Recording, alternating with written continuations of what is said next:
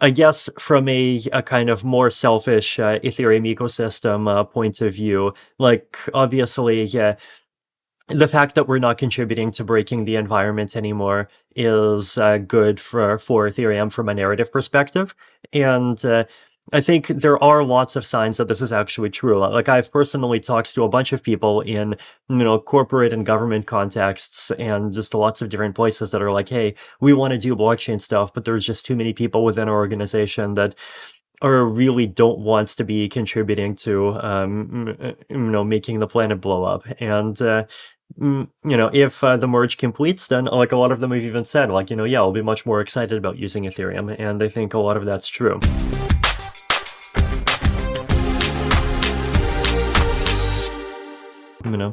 Obviously, yeah, we're really happy that this big, long 8-year journey is finally at its completion. Really, yeah, happy that proof of stake is here, and it's fully here. It's running, it's actually powering the Ethereum chain. The whole transition seems to have happened even far more smoothly than pretty much anyone, including myself, expected. And, just happy that that whole chapter and, the chapter of all of the various trolls on the Twitter doubting whether or not proof of stake is even possible is over, in the Ethereum ecosystem now gets to, move over and start focusing full speed ahead on the next thing.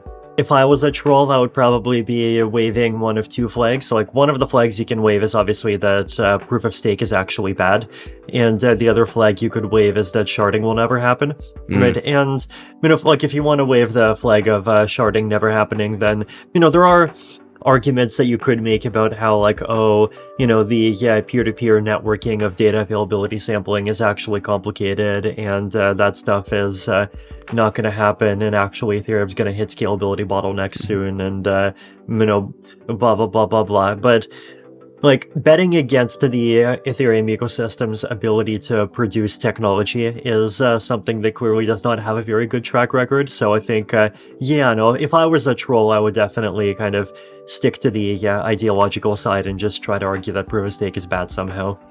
I think one of the reasons why we're all surprised that the merge went really well is that none of the testnet merges really quite went that amazingly smoothly, right?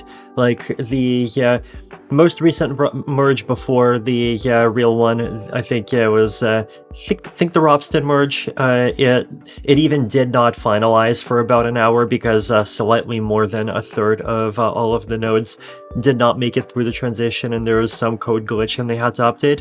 One of the merges before, like, it only had something like 80% online. Like, there was always some client combination that just did not survive the transition, and there were various bugs. I think one of the reasons why that ended up not carrying over to the mainnet, and the mainnet ended up going great, actually, is that a lot of the bugs were not really bugs with the implementation, they were bugs with the settings, right?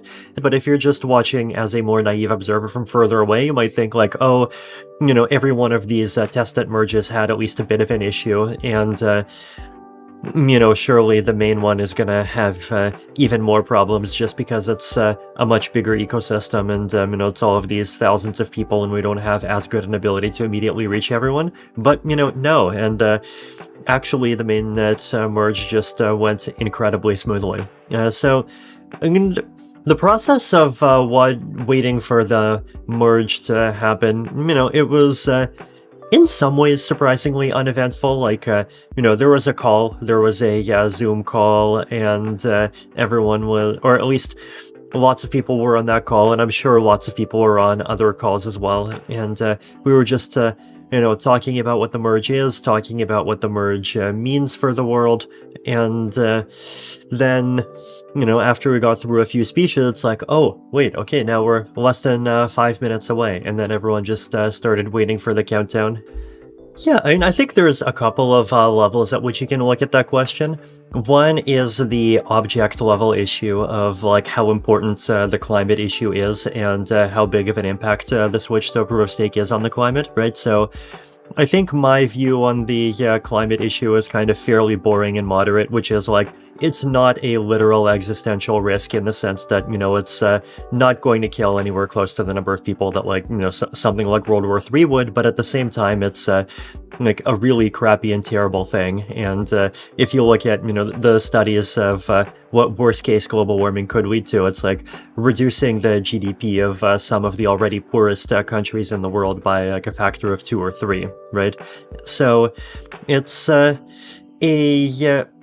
quite a big deal as far as big deals that actually exist in the world are concerned. And I think anything that we can do to try to move beyond our carbon-heavy present is definitely a good thing. So, actually this is incentivizing green energy production, or actually this is using energy that would not be used for other purposes, because proof of work is really good at like finding the energy that would not be useful anywhere else. But no, generally, when I look at those arguments from far away, they always have this kind of feeling of self-serving bias. It's like, it just feels like the algorithm that these people are running is like, not like, oh, let me neutrally figure out whether or not proof of work is good or bad. It's like, oh, let me try my best to come up with arguments for, as like soldiers in this rhetorical war of, and like help me justify the cause I already decided long ago I stand for. And then there's all of these like methane like flaring things, and I think the challenge with them is that like you can always identify like these really specific situations where there's something really unusual about the energy market, but like the more you zoom out and like think about this in the long game, it's like no, if you consume energy, then that increases energy consumption, and energy consumption for the next while is going to contribute to climate issues. And, there are going to be like these little discrepancies in both directions, but the little discrepancies over time, they're just going to, I think, average out. But just like the one big fact in the center of it is the thing that's going to dominate. So I think, people argue that, proof of work is like good at sort of grabbing those little nooks of energy that nothing else is, because proof of work has this special property that you can do it from anywhere. But at the same time, proof of work has this property that if you want to make good use of your hardware, you have to keep it running 24/7, right? Like this concept of, oh, I'm going to only turn on my hardware at those specific times when there is spare electricity, and otherwise I'm going to shut it off. Like, that's total BS, right? I guess from a kind of more selfish Ethereum ecosystem point of view, like, obviously, the fact that we're not contributing to breaking the environment anymore is good for Ethereum from a narrative perspective. And I think there are lots of signs that this is actually true. Like, I've personally talked to a bunch of people in, corporate and government contexts and just lots of different places that are like, hey, we want to do blockchain stuff, but there's just too many people within our organization that really don't want to be contributing to, making the planet blow up. And, if the merge completes, then like a lot of them have even said, like, I'll be much more excited about using Ethereum. And I think a lot of that's true. So, the people that crypto should be going after are like these sort of steely-based people who understands that like that centralized World Economic Forum ideology is total crap, and like actually the environment's going to be fine, and like methane is great for the environment, and everything's going to be solar within 5 years anyway. Really, there's just two kinds of people, one or the other, and the World Economic Forum bug eaters are a lost cause, and so you might as well go after the based cool people, and the based cool people don't really care about the environment, and so you might as well use proof of work. But I feel like that viewpoint is just false. Like, I've just, I've talked to lots of people. I've been to like 53 countries now, and chatted with all kinds of people in various industries and governments, and like, I don't think it's true that like there's this binary, and I think there's plenty of people that like really do deeply believe in the the freedom thing and the open source thing and the decentralized like censorship resistant global neutral platform thing, but like also do care about like not blowing up the planet at the same time. And like, I feel like the Ethereum community in general is probably sort of more on average, tilted toward that middle, though there's definitely people on all sides of the spectrum. So, I mean, it sort of ties into the social and cultural bet that I think Ethereum is making, that some of those kind of hardcore proof of work proponents are taking the opposite side of the bet. So, I'm happy with the side of the bet I've made, and I plan to keep making it. So, we'll see. Right, like we've seen statistics that like Ethereum mining uses about as much electricity as I think it was either half of Singapore sometimes or Austria sometimes, and like those countries are about 0.1% of the world population, but they're a wealthy 0.1%. So I think if you just look at all those different estimates, like somewhere vaguely in the 0.2% range does make sense. I mean, the one argument that I have seen people make is that, like, oh, that hash power is not going away, it's just going to go to Ethereum Classic. And that's clearly true to some extent in the short term, but that just obviously can't be true in the medium or long term, right? Like, in the medium or long term, like, we've basically reduced the amount of reward that gets paid out to people who participate in like GPU style proof of work by probably a factor of 10, right? And so in the medium and long term, the amount of effort going into that style of proof of work is also going to go down by a factor of 10. Yeah, I think I fully agree with that. I mean, it obviously all depends on your projections for just how big the Ethereum and crypto thing is going to get, but in the bull cases where Ethereum keeps becoming a more and more significant thing, then yeah, absolutely, it's a much bigger savings than 0.2%. So the roadmap like really did change a huge amount over the last few years, right?